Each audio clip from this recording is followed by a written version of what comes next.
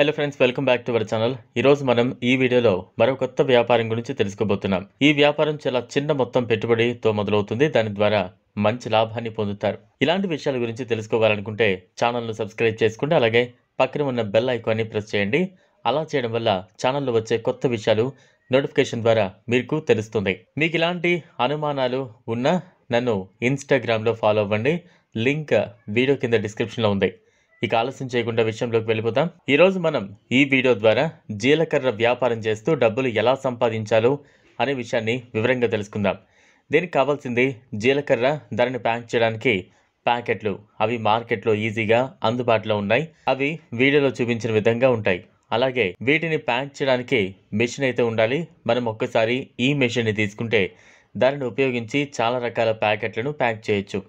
అయితే మనం ఈ వీడియోలో చూపించిన విధంగా జీలకర్రను తీసుకుని ప్యాకెట్ లాడీలలో ఒక చిన్న కొలమానం గల అంటే 10 నుంచి 12 గ్రాముల జీలకర్రను ఆ లాడీలో నింపాలి. ఒక్క లాడీలో 10 ప్యాకెట్లు ఉంటాయి.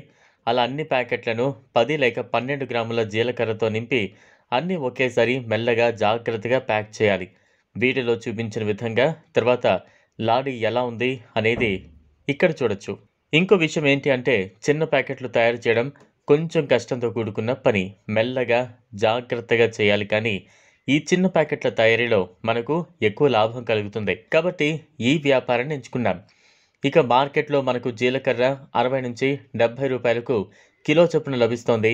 అయితే మనము ఎక్కువ క్వాలిటీ ఉన్న జీలకర్ర లేక చీప్ క్వాలిటీ ఉన్న జీలకర్రను తీసుకోకూడదు. మధ్యస్థంగా ఉన్న జీలకర్ర అయితే సరిపోతుంది. కాబట్టి జీలకర్ర తీసుకునే విషయంలో కొంత జాగ్రత్త వహించాలి.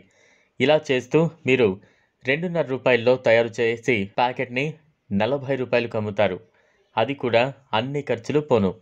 నెలకు ఈజీగా 50,000 వరకు సంపాదించవచ్చు. ఈ వీడియో మీకు నచ్చినట్లయితే లైక్ చేయండి, షేర్ చేయండి, ఛానల్ను సబ్స్క్రైబ్ చేసుకోండి. Thanks for watching.